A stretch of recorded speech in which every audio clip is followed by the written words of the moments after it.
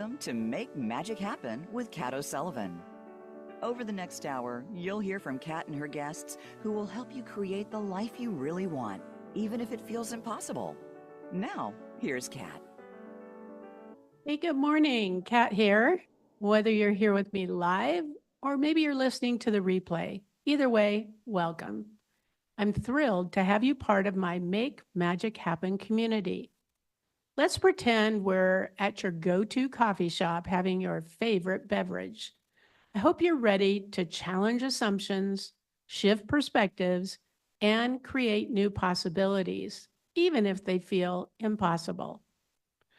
On last week's episode, I asked the question, what if impossible is just a story we tell ourselves when we can't see a solution yet? Or maybe we're too fearful to consider what else is possible. Or then there's the one where others tell us it's impossible. My guest, Rachel Austin, and I shared how a life altering health challenge can actually create new possibilities beyond our imagination if we let it. Her story is an amazing example of how you can turn the seemingly impossible into the possible in a way that could not just transform your life, but could also transform other people's lives on your path. So if you missed it, I encourage you to check out the replay. Now, today, I'm excited for you to meet my special guest, Marcia Dawood. Marcia is the author of Do Good While Doing Well, which is all about investing in change, reaping financial rewards, and increasing your happiness. She's also a keynote speaker and a podcast host. Her credentials include being an advisor to the Security and Exchange Commission on the Small Business Capital Formation Committee and chair emeritus of the Angel Capital Association, the global professional society for angel investors, and much more. All that to say, she knows what she's talking about. To learn more, you can check out her bio. But in today's episode, we're going to see there are many ways to live out Gandhi's challenge for us to be the change we want to see in the world. It's all about deciding what change we want to make. Now, if you're thinking, wait, Kat, is it really possible for me to change the world? You're not alone. The thought of changing the world, yeah, it can be like a bit intimidating. I admit, it's a bold question. It requires self reflection, and it likely means challenging assumptions and limiting beliefs you may have about who you are and whether you believe you can make a difference in the world. Now, let's face it, the need to change the world is brutally apparent these days. If you're like me, it can feel a bit overwhelming and maybe even immobilizing. But what if changing the world starts with each of us changing ourselves and the world around us? Something we have control over, something that we're passionate about. What if the ripple effects of the changes you make could inspire others to do the same? Have you ever thought what that might mean for you? What is the change you want to see in the world? And what would you need to shift in your life to make that possible? You know, people often ask me, what influenced you to be a lifelong change maker, aka disruptor? Well, it began when I was just 14. Now, I admit, I wasn't lying awake at night thinking, how could I change the world? But then Up with People came to town, and it changed everything for me. I was invited to see their lively 2 hour performance. The show inspired the audience to consider how they could make a difference in the world. Given that the 100 cast members were college age, it wasn't something I was eligible for yet, but I still wanted to know more. I learned that cast members travel the world for a year, And what I found really interesting is they stay with host families wherever they go. I could see how that could create an eye-opening experience for cast members and host families. I found out that the goal of Up With People was to help cast members become global citizens and lifelong change makers. Even though I was only 14, I wondered, what would it take for me to be part of the cast someday? Well, it became my dream. I just knew it could be my way to make a difference in the world. Now, fast forward 2 years later, I found out that Up With People was creating a high school cast with 100 juniors and seniors from around the world. I could hardly contain myself. And despite all the naysayers, and there were many, I applied. When the long awaited letter came, I nervously slit the envelope open, and the only word I saw was congratulations. Tears of joy were streaming down my face. I couldn't wait to share the news. I ran into the living room. I'm waving that letter like I had just won the Publisher's House sweepstakes. I shouted, "It's from Up With People, and I'm in." My heart sank when I heard, "Oh, that's great, honey, but we can't afford to send you on the road for a year and, well, pay tuition for that last year of high school." I wondered why my parents let me apply if they had no intention of letting me go. Have you ever wanted something so bad only to have someone try to steal your dream? I knew there had to be a way. Then it hit me. I know just who to call. Now, everyone thought it was a crazy idea, impossible. And yeah, I knew it was a long shot, but I decided to pursue it anyway. I picked up the phone, I dialed NBC Studios in Burbank. "NBC Studios, this is Mary. How can I help you?" And in a tone that suggested we were best friends, I said, "Hi, Mary, this is Kat. Is Bob available?" Oh, I forgot to mention I was calling Bob Hope. For those unfamiliar with Bob, he was a famous entertainer.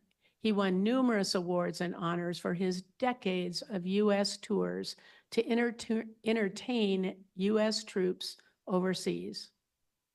Against all odds, and after what felt like an eternity, I heard, "This is Bob. Who's this?" Oh my gosh, it was really Bob.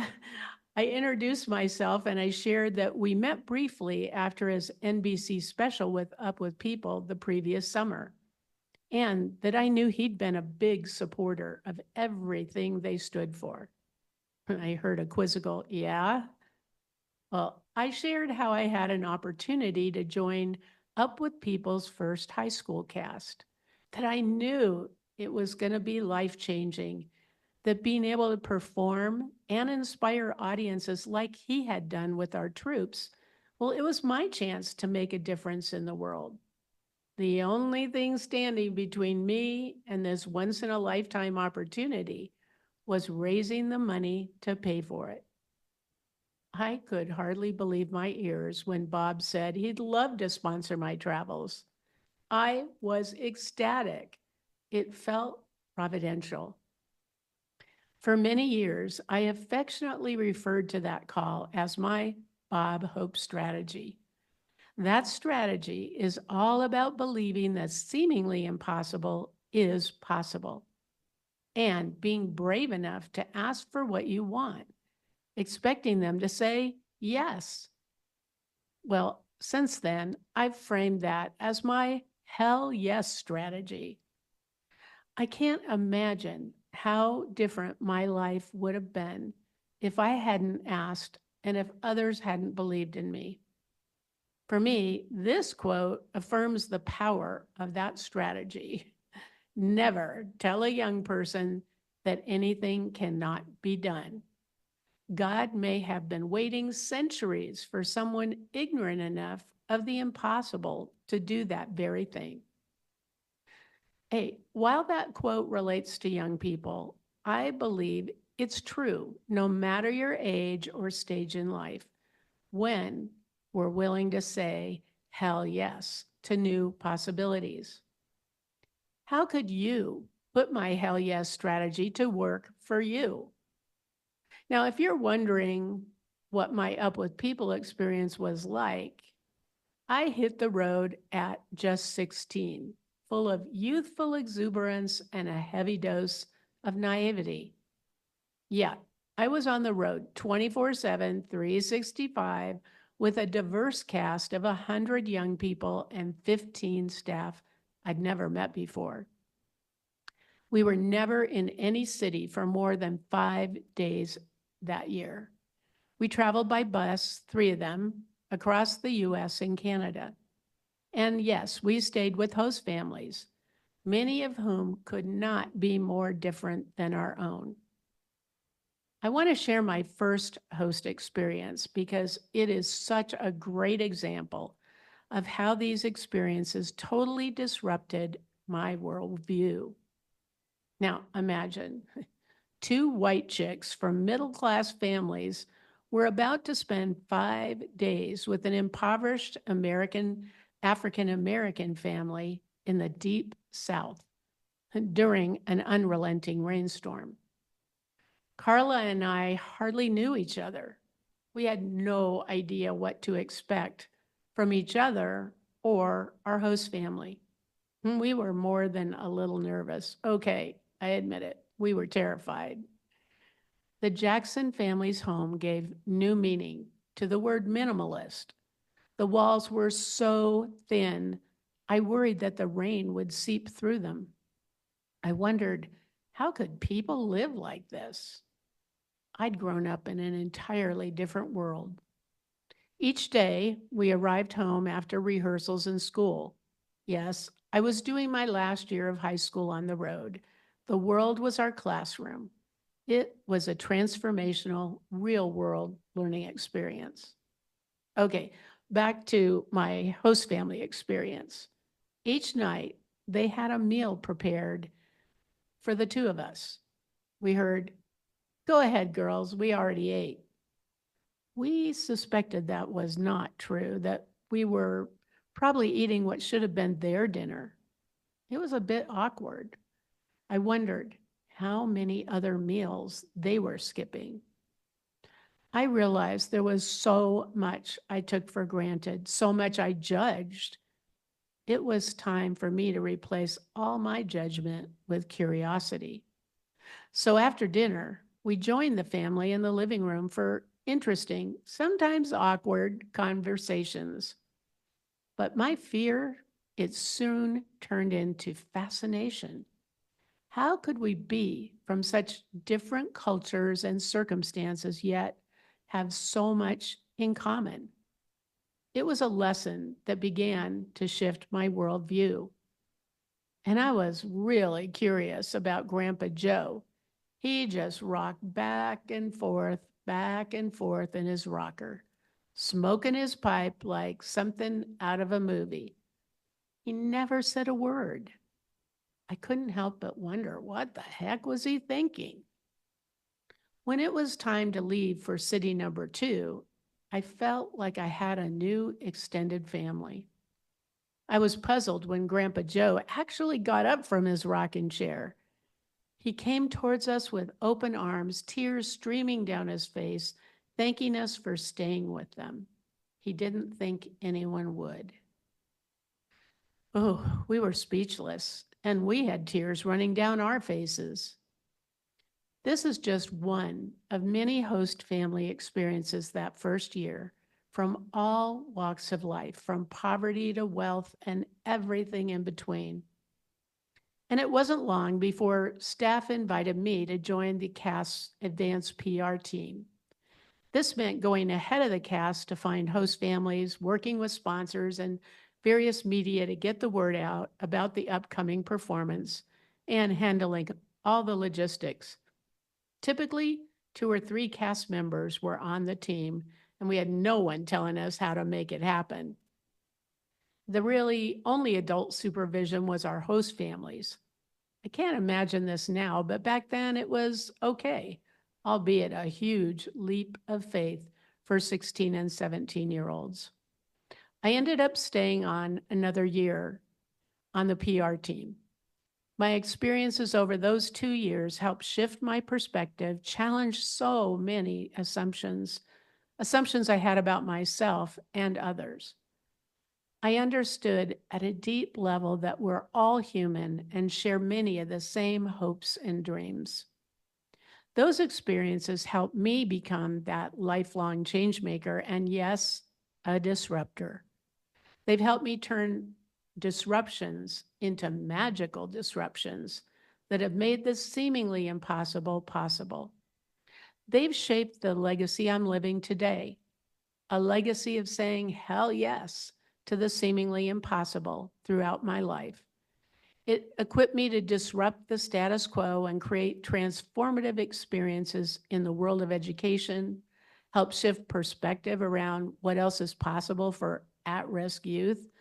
And when I adopted our daughter, Vanessa, who'd been abandoned by her birth families when she was diagnosed with a terminal brain tumor, it helped me challenge what the doctors thought was possible or not. Their 3-month prognosis turned into 26 years.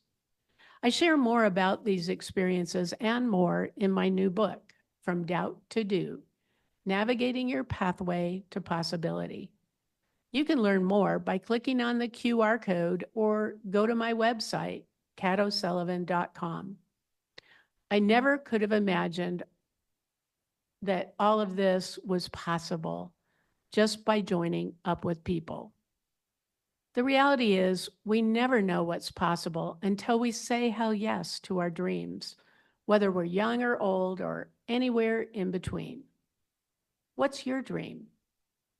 What's one thing you could do to pursue it? Not sure how you want to make a difference yet? After a brief break, my guest, Marcia Dawood, will share how something she never knew was possible changed her path and how it's become a transformative experience for her and those on her path. Well, on that note, it's time for a quick break. Welcome back to Make Magic Happen with Kat O'Sullivan. And we're back. If you're just joining us, welcome. Before the break, I shared how the dream I had at just 14 led to experiences that equipped me to be a lifelong change maker, aka disruptor, and how saying hell yes to the seemingly impossible transformed my life and the lives of others on my path. If you missed any of it, know you can always get the rest of the story by listening to the replay. But now it's time to welcome Marcia Dawood. So, Marcia, so great to have you with us. And to say you've been a change maker is an understatement, but I happen to know you didn't always see a way for you to do that. So I would love for you to share with our listeners what was the catalyst for you? Yeah, well, thanks so much for having me, Kat. Well, when I was younger, I was really ambitious about trying to help causes. One of my mom's friends had multiple sclerosis, so I'd found out that there was a bike ride that I could do in order to try to raise money for that. So I thought that was really the only way that I could give back. And those are great ways. I still donate to charity. I still do events that are for different organizations, charitable organizations. But in 2012, I was invited to an angel investing meeting. And I remember saying, what's angel investing? I have no idea what that is. And I quickly learned that there were entrepreneurs in every city, in every town across the US and really across the world who are working on some incredible innovations. And I was just fascinated at the things that I was learning about. I had worked in corporate America for a very long time, and we kept kind of doing the same thing and expecting different results, kind of that whole definition of insanity that people talk about. And when I went to this first meeting, I was living in Pittsburgh, Pennsylvania, and I was just fascinated at what I was seeing. I saw a company that was working on a peat moss substitute made out of recycled newspaper. I saw a company that was working on treatment or potentially even a cure for Alzheimer's disease. And I thought, wow, these people are working on like big, big problems. And I came to realize that it's really charities are doing great work, but we can't place the burden all on them. There are a lot of companies who are doing amazing things in the for-profit space, but they need the help of not just capital. Of course, they need money in order to grow, but they need expertise. They need help and support in other ways. And that's where angel investors come in. Yeah, that's exciting to think that you could be part of something like that. But I know the first thing for me when you shared that with me was, okay, Marcia, but like I don't have a bunch of money to invest in a company. Yeah, I might be able to help with some expertise and whatnot, but really, I don't have that kind of money. Sure. And I thought the same thing. I thought, geez, I don't have, I'm not like the people on Shark Tank who Yeah. have, you know, private planes and all that kind of stuff. But a lot of the things have changed over the last several years. And in 2016, because of the Jobs Act, the Securities and Exchange Commission changed the rules. And now there are ways that people can invest as long as you have internet connection and a bank account or credit card. You can invest for as little as $50 into a startup company through what's called equity crowdfunding. And that would be an actual investment for a percentage of ownership into the company. Now, granted, it would probably be a very small amount of ownership, but there's other ways that you can help too. There's debt crowdfunding and revenue-based financing. These are ways that you don't necessarily become an investor for equity, but you become an investor for a return on the money that the company is making. Wow. Sounds kind of complicated. Is that something that our listeners would feel comfortable doing? Well, there's platforms that people can go to. So all the information is right there. It's not something that you necessarily have to find on your own. So sometimes when companies are trying to raise money, especially at the earliest of stages, they'll go to a crowdfunding site. Some people might have heard of Kickstarter or Right. Indiegogo. Those are really good in order to try to help a company to do marketing. But nowadays, you can actually invest through equity crowdfunding or debt crowdfunding sites. There's Republic, Start Engine, and WeFunder are probably the biggest of the equity crowdfunding sites. And then for debt crowdfunding, there's a company called Honeycomb Credit, and the CEO of Honeycomb Credit sits on the SEC committee with me. So he's actually been on my podcast, The Angel Next Door. Yeah. So say a little bit about how that happened in terms of you getting involved with the SEC. I mean, that just sounds like something that not everybody has an opportunity to do. Right. So when I went to my first angel investing meeting and I was so fascinated at what I was seeing, I thought, well, I want to, learn more about this, kind of get more involved. But quickly we moved to another city. So I thought, well, okay, I guess I have to find a new place to become a member or a new group to work with. And I did find some other people there, but I quickly realized that I was seeing things that maybe my old group would like. So I became a little bit of a syndicator or deal sharer, I guess is a good. And so from there, I was asked to be a board member for the Angel Capital Association. And the Angel Capital Association is the professional society or professional association here in the US for angel investors. And the Angel Capital Association helps with networking, education, anything that public policy, things that would help angels to be more effective, essentially. I became a board member in 2021. I became the chair of the board. And then when my term was ending in 2023, I was asked if I would be on this committee, which is an advisory committee to the Securities and Exchange Commission for small business capital formation. So we're about a committee of about 20 people, and we help by talking about what's happening kind of out in the real world related to small businesses. We help the Securities and Exchange Commissioners know kind of, we're like the boots on the ground a little bit. Okay, so I hate to ask this question, but I have to. Like, how many women are on that committee? Actually, the committee is quite diverse.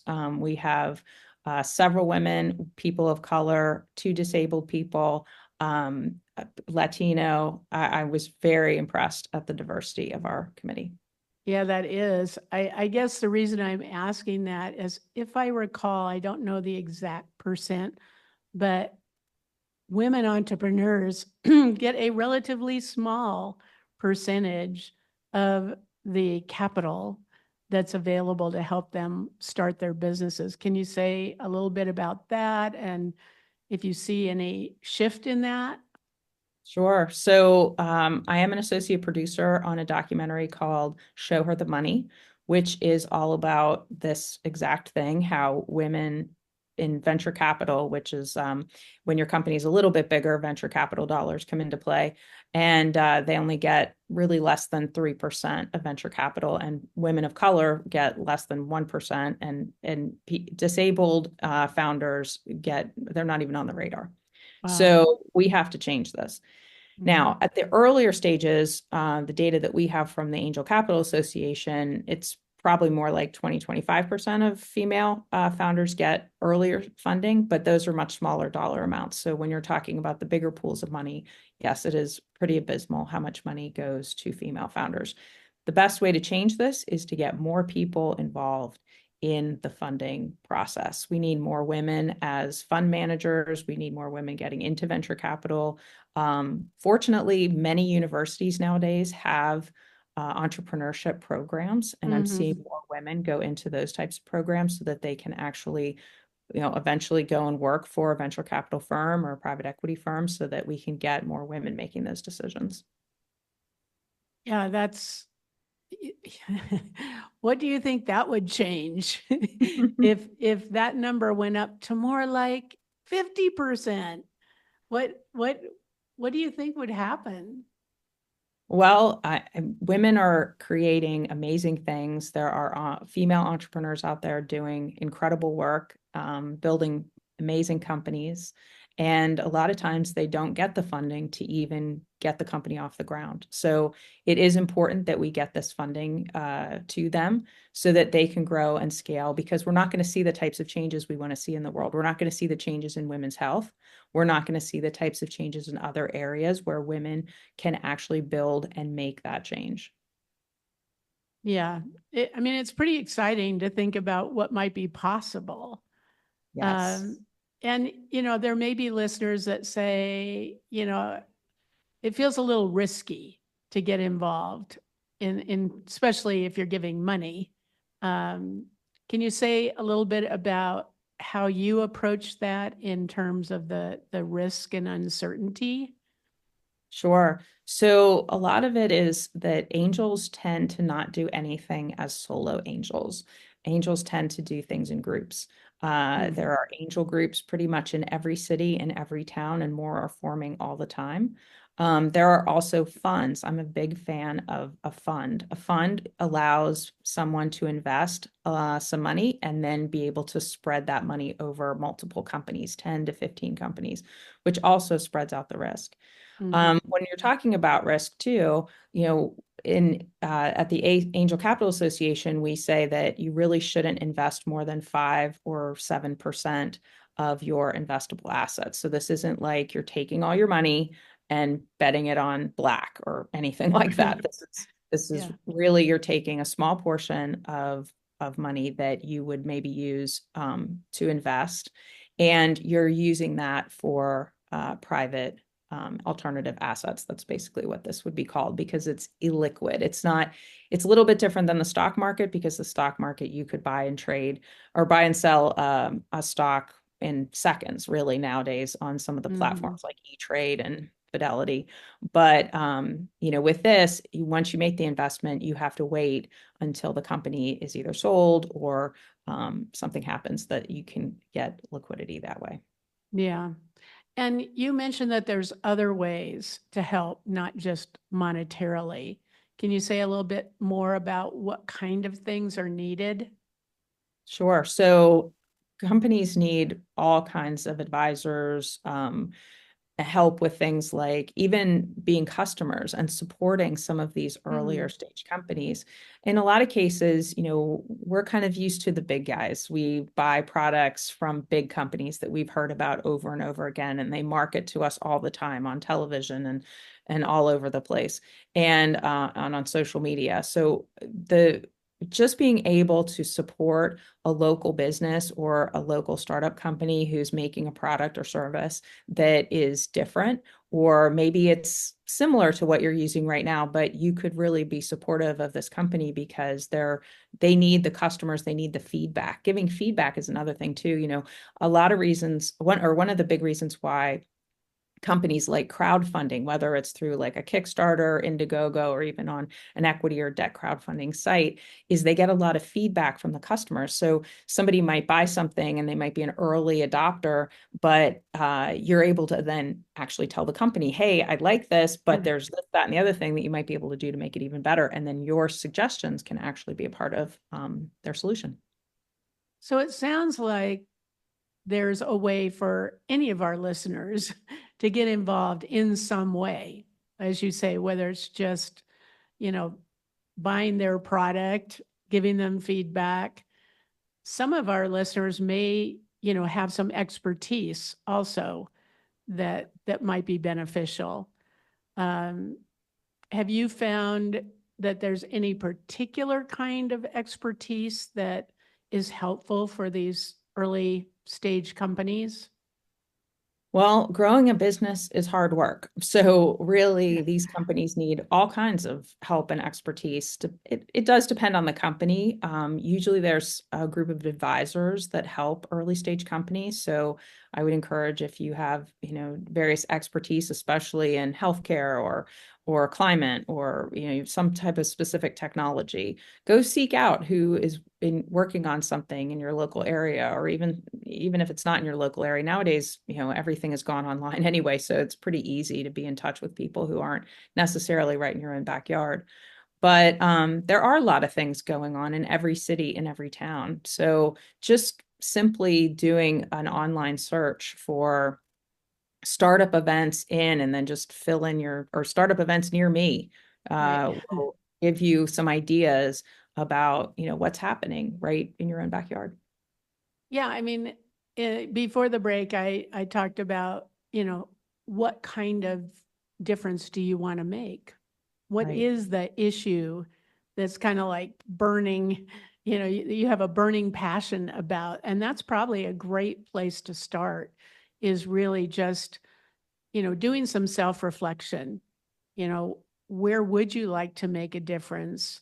And, there's no shortage of ways to search nowadays, whether it's, Google or even Chat GPT, or, there's lots of ways to do some research about the thing that you're most passionate about. And then to kind of look at what you might bring to the table. What skills do you have? What knowledge do you have? What have you done in the past that might in some way be preparing you to do something like this? Um, and, I know that there are potential financial rewards to being an angel investor, but what are some of the other benefits that you've found from your experience?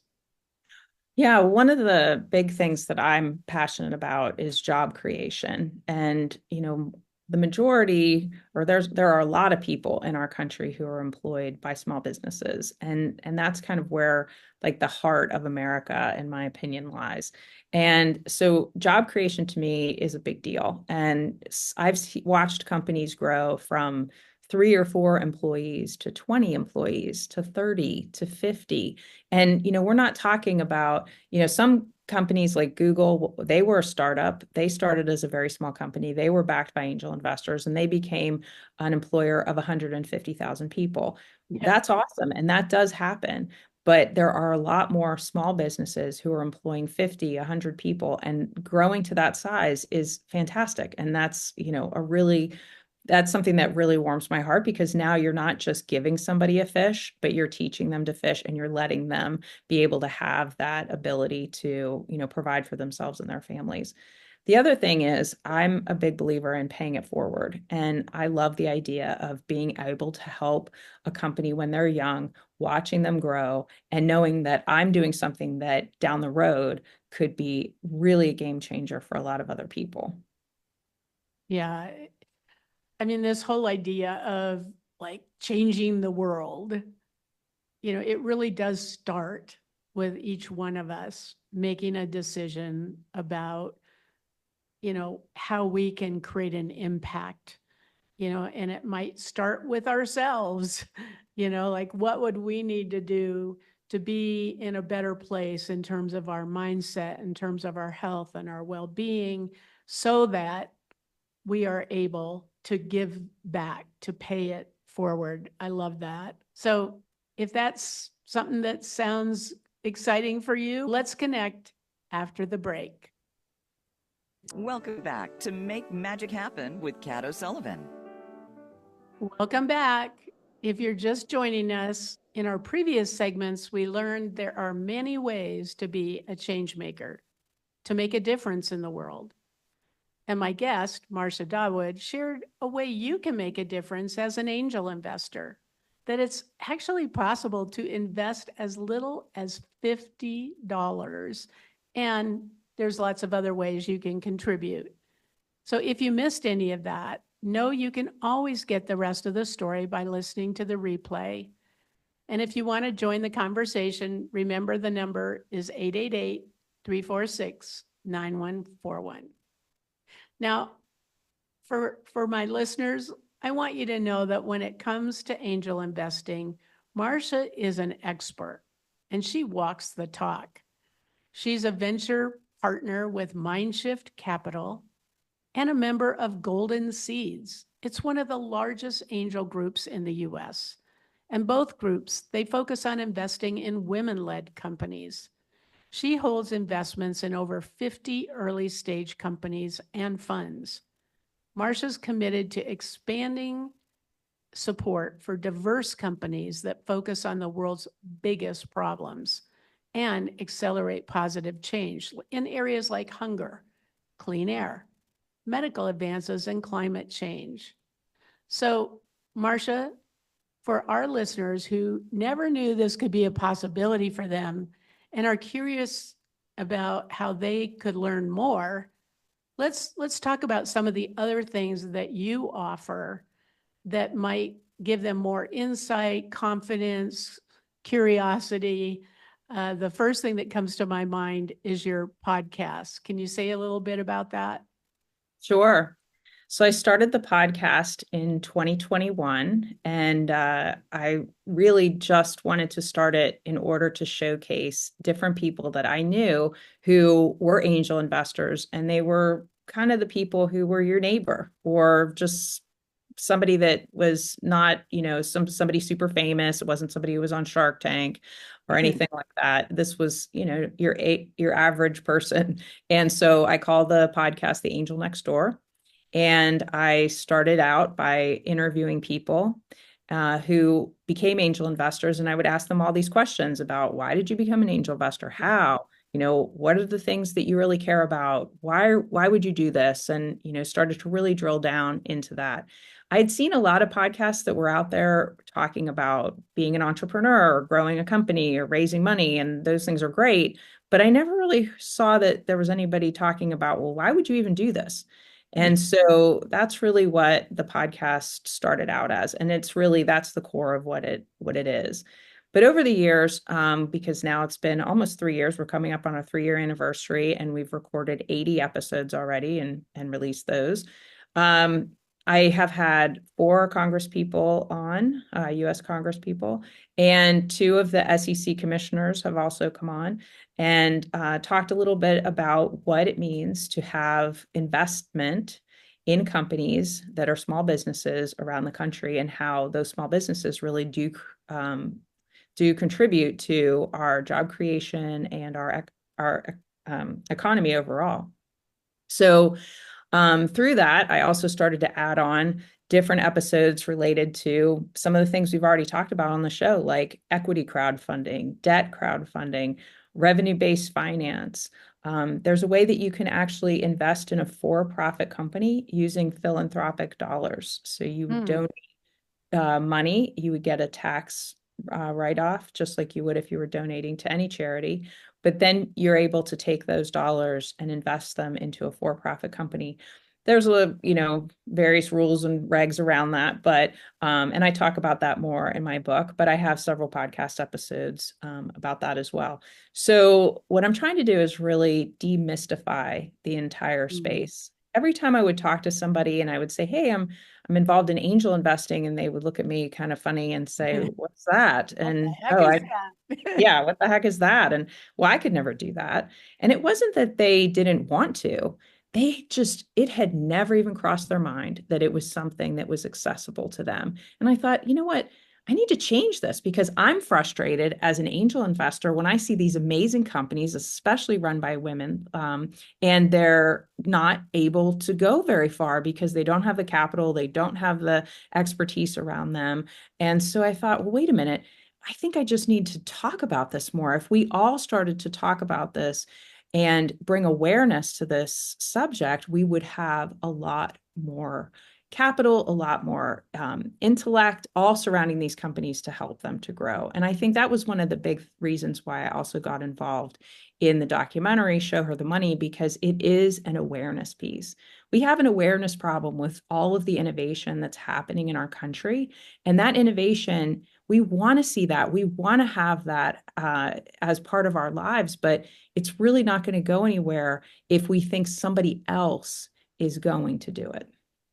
Yeah. And, I'm really excited about your book. So I love the title, Do Good While Doing Well, which does kind of address the whole thing about, you know, it's not just about the money, it's about, that feel good aspect of knowing that you're contributing to something beyond yourself.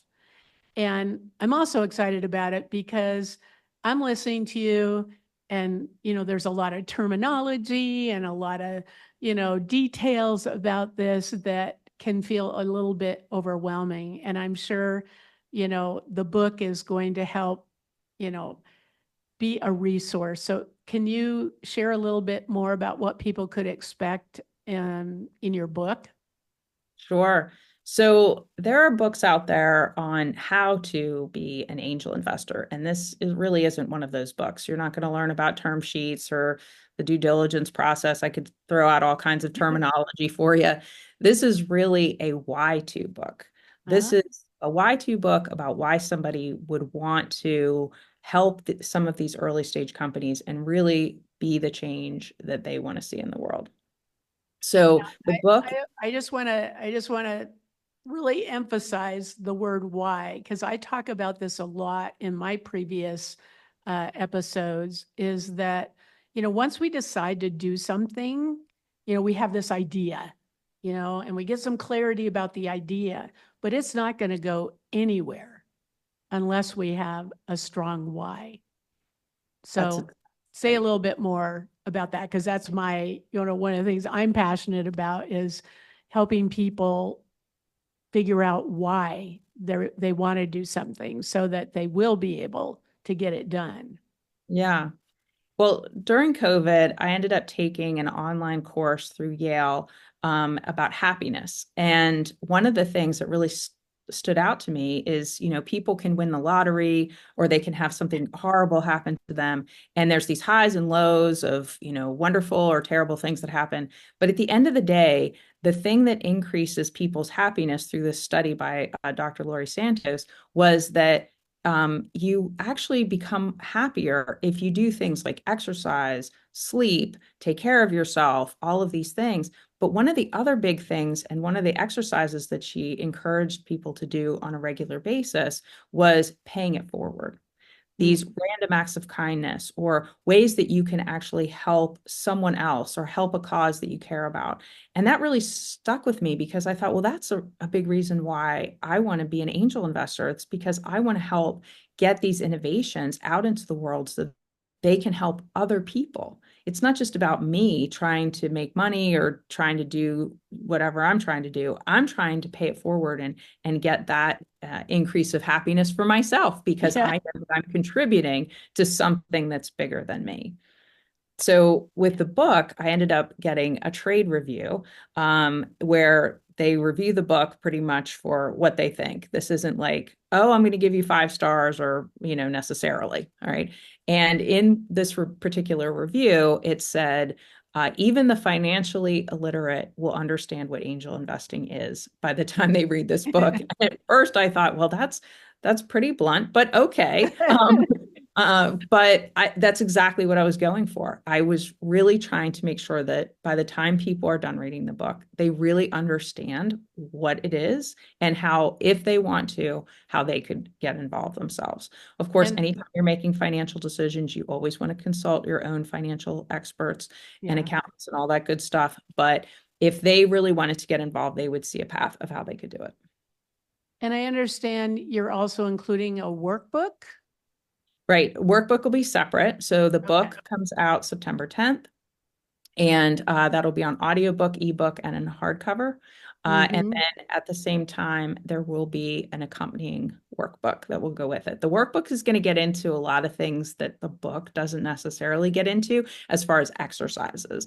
Things like, well, let's figure out what you really, really care about. Let's figure out how you feel about money, how you feel about risk versus reward.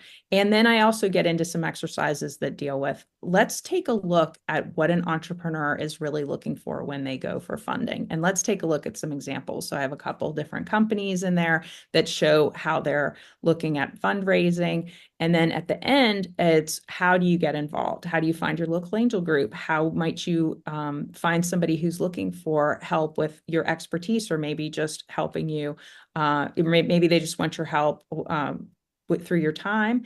And then I also have them working on a mock portfolio. So you get like some play money, and then you can go ahead and put together a portfolio using one of the online platforms. That sounds great. So whether you decide to become an angel investor or have a dream to create change another way, but you haven't figured it out yet, I encourage you in the next week, take some time, get clarity around what you want that to look like and why it's so important to you, and reflect on how committed you really are to making it happen and what your next step might be. Just one thing. And if you need some help with that, I'd love to connect. You can either click on the QR code for the Magical Disruption Coaching, or you can just send me an email at kat@makemagichappennow.com. I'd love to see how I can best support you in becoming a change maker. Well, it's time to wrap it up. And again, thanks for joining me on this journey. And remember, if you want to continue the conversation, send me an email, or you can learn what else I'm up to by visiting my website at katosullivan.com. And Marcia, thanks to you for sharing your wealth of expertise and your insights. And if you want to learn more about what Marcia's up to, the best thing is just visit her website at marciadawood.com. And that's marciadawood.com. You can download the first chapter of her book, Do Good for Doing Well, for free. You can also access her podcast, Angel Next Door, experience her TED Talk, and watch the trailer for the award-winning new film, Show Her the Money, that addresses the shocking reality that women are getting less than 3% of venture capital funding and demystifies what that really is. Oh, and you can join their gender equity movement. Next week, you'll learn the truth about the 7 common myths about self-care for caregivers, that caregiving and self-care are not mutually exclusive. In fact, it's essential for our health and well-being, whether we're caregivers or not. But It can be life or death for caregivers. Harriet's an expert when it comes to mindfulness and how it fits into self-care. You will not want to miss it. Whether you're a caregiver now or maybe you'll be one in the future, it's going to be essential. Hope to see you next week. Same time, same place, and as always, onward and upward.